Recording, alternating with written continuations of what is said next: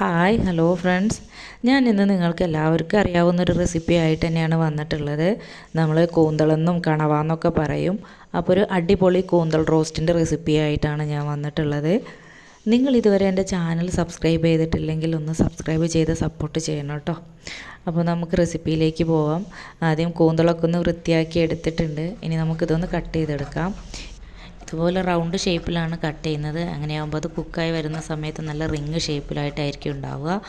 അപ്പോൾ ഞാനിത് കഴുകി അതിലെ വെള്ളമെല്ലാം നന്നായി ഞെക്കി പിഴിഞ്ഞ് കളഞ്ഞിട്ടുണ്ട്. ഇനി നമുക്കതിലേക്ക് പാകത്തിന് മഞ്ഞൾപ്പൊടി, എരിവിന് ആവശ്യത്തിന് മുളക് പൊടി, ഒരു 2 ടേബിൾ സ്പൂൺ മല്ലിപ്പൊടി, പാകത്തിന് ഉപ്പും ചേർത്ത് കൈകൊണ്ട് നന്നായിട്ടൊന്ന് തിരുമ്മി യോജിപ്പിച്ചിട്ടുണ്ട്. ഞാനിതിലൊരല്പം പോലും വെള്ളം ഒഴിച്ചു കൊടുത്തിട്ടില്ല കേട്ടോ. ഇനി നമുക്ക് ഇതൊന്ന് കുക്ക് ചെയ്തെടുക്കാം. ഇത് കണ്ടോ, വെന്ത് വരുമ്പോഴേക്കും അതിലുള്ള വെള്ളം എല്ലാം ഇതുപോലെ ഇറങ്ങി വരും. ഇനി നമുക്ക് ഈ വെള്ളമൊക്കെ ഒന്ന് നന്നായിട്ട് വറ്റി വരാനുണ്ട്. ആ സമയം നമുക്കിതിലേക്കായിട്ടുള്ള സവാളയും തക്കാളിയും എല്ലാം ഒന്ന് റെഡിയാക്കി എടുക്കാം. ഇഞ്ചിയും വെളുത്തുള്ളി പച്ചമുളക് നമുക്കൊന്ന് ചതച്ചെടുക്കാനുണ്ട്. ഇനി നമുക്ക് ഇതിലേക്ക് തേങ്ങാക്കൊത്തും കൂടെ ചേർക്കുന്നുണ്ട്. അപ്പോൾ തേങ്ങാക്കൊത്തും കൂടെ നമുക്കൊന്ന് റെഡിയാക്കി എടുക്കാം. അപ്പോൾ സവാളയും തക്കാളിയും എല്ലാം അരിഞ്ഞ് റെഡിയാക്കി വെച്ചിട്ടുണ്ട്.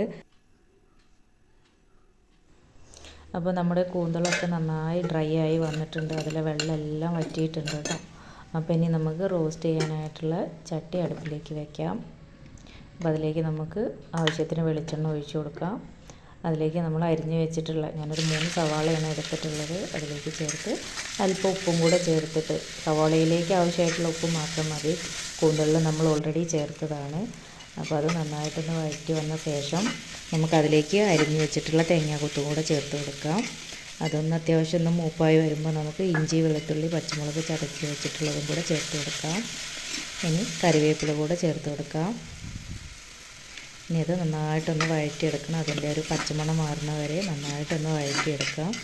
ഇനി നമുക്ക് സവാളയിലേക്ക് ആവശ്യമായിട്ടുള്ള ഒരല്പം മഞ്ഞൾപ്പൊടി, അതിലേക്ക് കുറച്ച് ഫിഷ് മസാലയും അതുപോലെ അല്പം ഗരം മസാലയും കൂടി ചേർത്തിട്ടുണ്ട് കേട്ടോ. ഇനി നമുക്കതിലേക്ക് അരിഞ്ഞ് വെച്ചിട്ടുള്ള തക്കാളിയും കൂടെ ചേർത്തിട്ടുണ്ട്. ഇനി ഇത് നന്നായിട്ടൊന്ന് റോസ്റ്റ് ചെയ്തെടുക്കാം.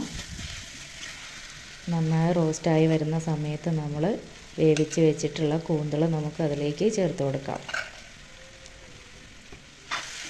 ഇനി അത് നന്നായിട്ടൊന്ന് മിക്സ് ചെയ്ത് ഇതുപോലെ യോജിപ്പിച്ച് ഒരു 5 മിനിറ്റ് ചെറു തീയിലിട്ടിട്ട് ഒന്ന് കുക്ക് ചെയ്തെടുക്കുക കേട്ടോ. നന്നായിട്ടൊന്ന് അടച്ച് വെച്ചിട്ട് വേണം ഒന്ന് കുക്ക് ചെയ്തെടുക്കാനായിട്ട്.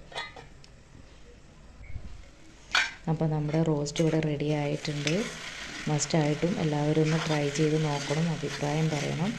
അപ്പോൾ നിങ്ങൾ എന്നെ ഒന്ന് സപ്പോർട്ട് ചെയ്യണം, എൻ്റെ ചാനൽ സബ്സ്ക്രൈബ് ചെയ്യണം, കൂടെ സപ്പോർട്ട് ചെയ്ത് എന്നും ഉണ്ടാവണേ. Okay, thank you.